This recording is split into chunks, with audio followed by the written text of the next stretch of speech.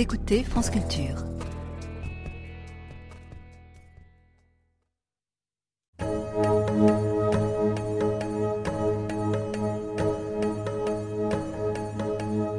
Histoire du bouddhisme par Olivier Germain-Thomas.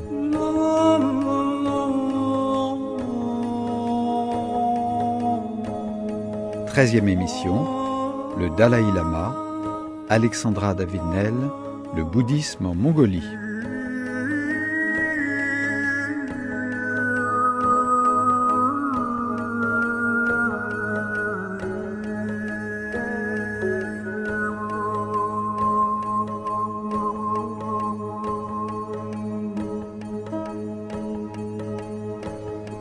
Au-dessus, pas un morceau de tuile pour lui abriter la tête. Au-dessous, pas un pouce de terre pour qu'il s'y tienne.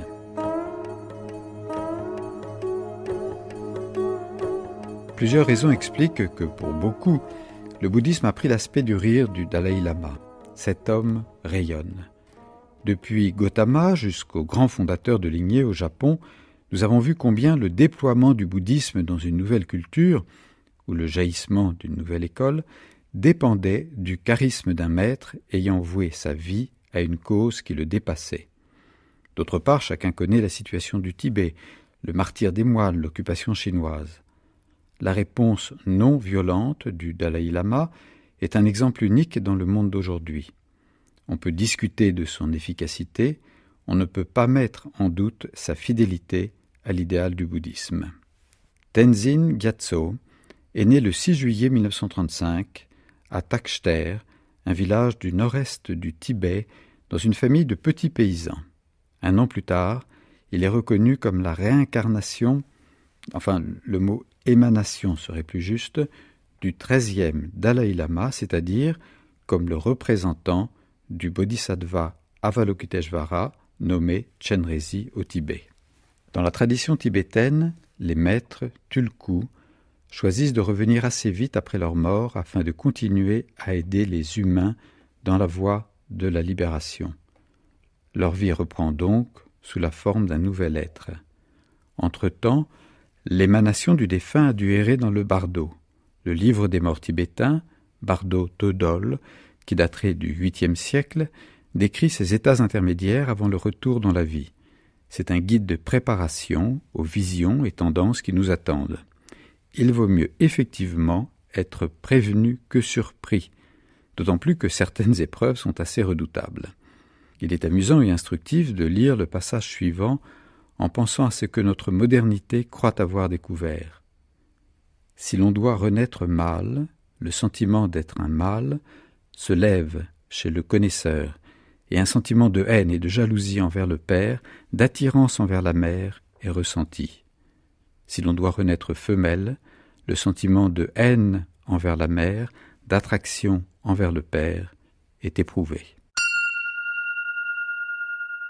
À partir de l'âge de 6 ans, le futur 14e Dalai Lama, considéré comme étant la même émanation que les 13 premiers, reçoit une formation rigoureuse dans la connaissance des textes et des rituels.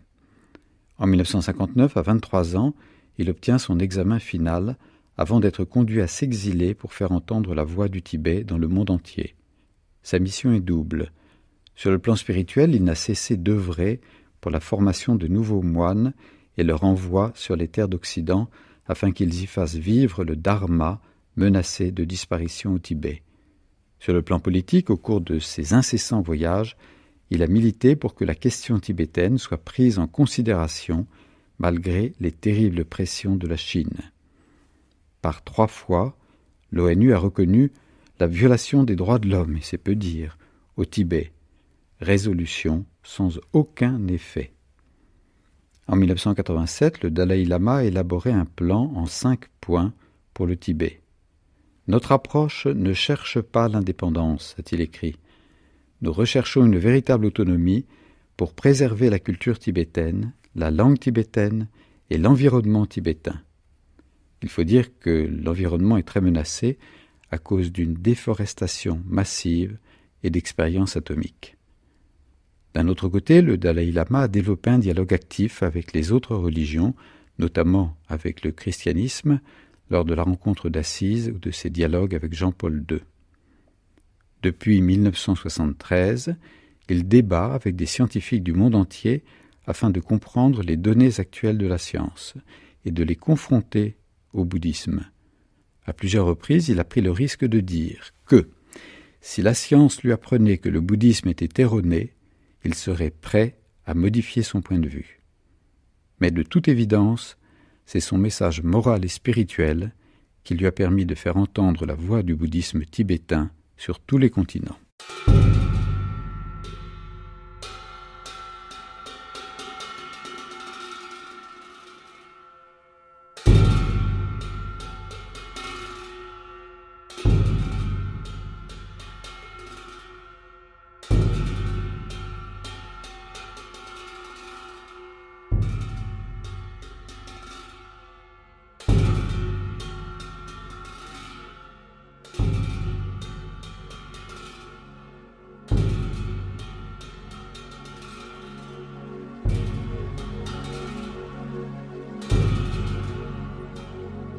Un ennemi acquis sans effort, c'est un trésor surgi dans la maison. Il doit m'être cher, cet auxiliaire de ma carrière spirituelle. Si nous devenions violents, nous n'aurions plus rien à défendre. Nul besoin de temple, nul besoin de philosophie compliquée. Notre cerveau et notre cœur sont nos temples. Il n'y a personne qui soit né sous une mauvaise étoile. Il n'y a que des gens qui ne savent pas lire le ciel. Le vrai bonheur ne dépend d'aucun être, d'aucun objet extérieur. Il ne dépend que de nous. On s'intéresse à ses membres comme partie de son corps. Pourquoi pas aux hommes comme partie de l'humanité? 14e Dalai Lama.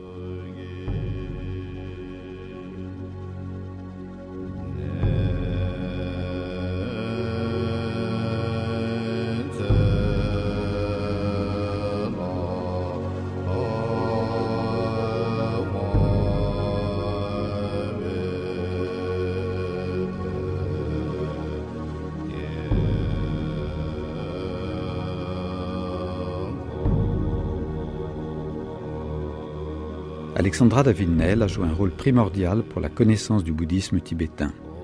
Avant elle, en dehors de quelques rares spécialistes, cette forme de bouddhisme était liée à la magie et au mystère de ce pays interdit aux étrangers. Après elle, grâce à son incroyable courage et à ses livres qui ont fait le tour du monde, l'Occident a su que le bouddhisme tantrique du Tibet s'appuyait sur une des pensées majeures de l'histoire des hommes, même si, emportée par son succès et la demande du public, elle a exagérément insisté sur les aspects magiques. Elle est née à Saint-Mandé en 1868. Elle est morte à Digne à 101 ans en 1969. Son père était un Français marqué par le protestantisme. Sa mère était une catholique d'origine scandinave. Son enfance a baigné dans une atmosphère bourgeoise qui l'a étouffée. Dès son plus jeune âge, elle s'échappe et fugue aux grandes dames de ses parents qui pourtant recevait le grand géographe anarchiste Élisée Reclus. Sa famille s'installe à Bruxelles, où elle passera la plus grande partie de sa jeunesse, pendant laquelle elle continue à rêver de départ et de sentir le vide de son existence. À 17 ans, elle voyage seule en Suisse et du côté des lacs italiens. À 18 ans, elle part à bicyclette en Espagne. Elle étudie la philosophie, est de plus en plus attirée par la pensée orientale et apprend l'anglais pour avoir accès à des traductions d'orientalistes. En 1889, elle retourne à Paris. Elle est alors très proche de la Société de théosophie, qui était tout à fait en vogue. Elle fréquente le musée Guimet, ainsi que les milieux anarchistes et féministes, et est initiée au sein de la franc-maçonnerie. Elle suit des études musicales, devient même chanteuse d'opéra, en interprétant plusieurs rôles, mais elle sent que là n'est pas sa vocation. 1890-1891, elle passe un an en Inde. Elle en revient bouleversée, avec l'idée d'y repartir, ce qu'elle fait en passant par la Tunisie, où le destin l'attendait en la personne de Philippe Néel, qu'elle épouse. Elle a 36 ans. mais le mariage la déprime, bien que son mari se soit toujours montré d'un soutien indéfectible sur le plan moral et surtout sur le plan financier. Et elle en a grand besoin. En 1911, elle souhaite retourner en Asie. Son séjour est prévu pour 18 mois. Elle ne reviendra que 14 ans plus tard, en 1925. Elle parcourt des milliers de kilomètres, apprend le sanskrit et le tibétain, gagne les régions himalayennes. En 1912, elle se lie avec le roi du Sikkim. En 1914, elle rencontre Hapur Yongden, qui la suivra dans toutes ses aventures et deviendra son fils adoptif. Fils, conseiller, guide et 3 petits points. Elle a accompli une retraite dans une grotte, reçoit des initiations du bouddhisme du Vajrayana et pénètre même au Tibet, mais pas encore à Lhasa, ville interdite. En 1916, elle se fait expulser du Sikkim. Elle se rend alors au Japon, puis en Corée, mais continue de rêver aux hauteurs himalayennes, à cet immense territoire où aucune femme occidentale n'a jamais pu pénétrer. Elle retourne en Chine, la traverse d'est en ouest et passe 3 ans au monastère de Kumbum au Tibet. 3 ans, 3 mois, 3 jours est la durée de la retraite qui permet de devenir lama, c'est-à-dire enseignant. Enfin, initiée sur d'elle-même, elle se déguise en moine mendiant pour gagner Lhasa la mythique avec le fidèle Yongden. Ils y resteront 2 mois. Elle rentre en France, publie le récit de son périple, devient célèbre et enfin indépendante financièrement de son généreux et complaisant mari, envers qui il lui arrive de manifester de temps à autre sa reconnaissance. En 1928, elle bâtit à Digne une maison qu'elle nomme Forteresse de la méditation. En 1937, Alexandra Davinel a 69 ans. Elle reprend son sac et repart pour la Chine avec le lama Yongden. Ce nouveau périple durera 10 années, pendant lesquelles elle sera confrontée à la guerre sino-japonaise. Pendant la Seconde Guerre mondiale, elle séjournera en Inde. De retour en France, nouveau livre, conférence. En 1955, Yongden, qui a 30 ans de moins qu'elle, a l'inélégance de mourir avant elle. Et pour elle, l'heure du départ arrivera à l'âge de 101 ans. Comme elle le souhaitait, ses cendres seront dispersées dans le Gange à Bénarès. Pour témoigner du rôle capital qui a été le sien pour la connaissance du bouddhisme tibétain, le Dalai Lama s'est rendu à 2 reprises en pèlerinage dans sa maison de Digne, en 1982 et en 1986. Alexandra Davinel a laissé un nombre important d'ouvrages, dont celui qui l'a rendu célèbre, publié en 1927, Voyage d'une Parisienne à Lhasa. Après 1000 épreuves, voilà qu'elle vient d'entrer à Lhasa, accompagnée de Yongden.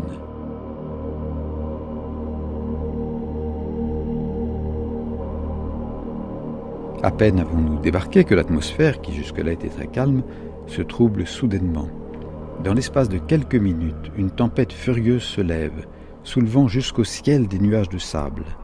J'ai vu le Simoun dans le Sahara, et cette terrible averse sèche me donne l'impression d'être retourné au grand désert. Des ombres indistinctes nous croisent, des gens courbés en 2 se voilent la figure avec leurs longues manches le pan de leurs robes. Qui donc pourrait nous voir venir ? Qui donc pourrait nous reconnaître ? Un gigantesque rideau jaune fait de sable suspendu est étendu devant le potala, aveuglant ses hôtes, leur masquant Lhasa et les voies qui y conduisent. Je l'interprète comme un symbole me promettant une entière sécurité, et l'avenir se chargera de justifier mon interprétation. Pendant 2 mois, je circulerai dans la Rome tibétaine. J'en parcourrai les temples et me promènerai sur les plus hautes terrasses du Potala, sans que nul ne se doute que, pour la première fois depuis que la terre existe, une femme étrangère a contemplé la ville interdite.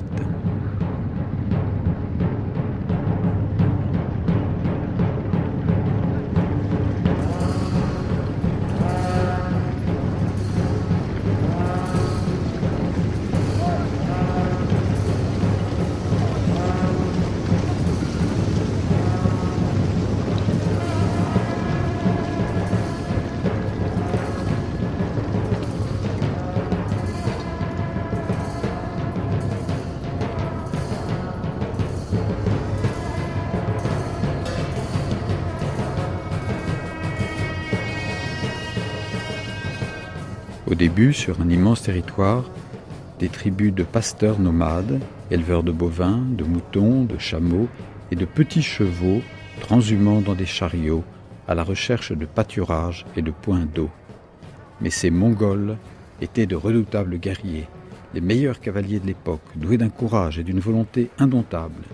Ils vont conquérir un des plus grands empires de l'histoire de l'humanité, tenir le Tibet, régner sur la Chine sous le nom de la dynastie des Yuan de 1280 à 1368. Vers l'ouest, après avoir brûlé Moscou, s'être emparés de Kiev et ravagé la Hongrie, les Mongols arrivèrent jusqu'aux portes de Vienne. Cette stupéfiante épopée marqua profondément l'histoire du bouddhisme et aurait même pu permettre au christianisme nestorien de s'implanter durablement en Asie centrale. Mais à l'origine, les Mongols pratiquaient le chamanisme. 1206, Genghis Khan, 1162-1227, est à la tête d'un immense empire après avoir fédéré les différentes tribus mongoles. À sa mort, son empire est partagé entre ses fils et ses petits-fils. L'un d'eux, Khodan Khan, s'empare du Tibet et est touché par le bouddhisme du Vajrayana, qui cohabite avec les pratiques chamaniques de ces guerriers sensibles au souffle de la nature et aux voix des ancêtres qui les guident dans leur cavalcade. Quelques années plus tard, alors que Kublai Khan s'est élancé vers la Chine, il est à son tour convaincu par le bouddhisme tibétain qu'il fera rayonner à Pékin. Après une période de régression, Altan Khan restaurera la puissance des Mongols au XVIe siècle en s'appuyant à nouveau sur de grands maîtres tibétains. L'école des Gelugpa, qui est celle des Dalai Lama dont la lignée a été instaurée par les Mongols, s'étend sur toute la Mongolie. En 1623, le canon tibétain est traduit en mongol et plus de 2000 temples bouddhiques seront construits en Mongolie. Avec l'arrivée au pouvoir en Chine de la dynastie Mandchoue au milieu du XVIIe siècle, le bouddhisme tibétain qui s'était étendu jusqu'en Mandchourie retrouvera de l'importance à Pékin. Mais peu à peu, la Mongolie sera soumise à la Chine. Au cours du XIXe siècle, profitant des rivalités russo-chinoises, les lamas se tournèrent vers l'empire russe à son déclin. En 1911, la Mongolie extérieure proclame son indépendance, tandis que la Mongolie dite intérieure reste sous domination chinoise. Et le régime communiste de Moscou s'empare de la Mongolie. Urga, la capitale, est rebaptisée Oulan-Bator, c'est-à-dire Héros rouge. À partir de 1932, les édifices bouddhiques furent rasés et les moines pourchassés. Il faudra attendre la déstalinisation pour que les bouddhistes recommencent à respirer. Mais la véritable libération arrivera en 1989, lorsqu'avec l'éclatement de l'Empire soviétique, la Mongolie est devenue à nouveau indépendante. Tel ne fut pas le destin de la Mongolie intérieure, intégrée à la Chine, qui subit les massacres de la période de la révolution culturelle et aujourd'hui doit faire face à la même sinisation méthodique que celle qui frappe le Tibet. En revanche, le bouddhisme renaît de ses cendres dans la Mongolie indépendante. Une université bouddhique a été érigée à Oulan-Bator, tandis que 155 monastères ont été reconstruits. L'actuel Dalai Lama, Dalai est un mot mongol, a pu se rendre à plusieurs reprises en Mongolie, qui pourrait devenir un foyer vivant du bouddhisme du Vajrayana.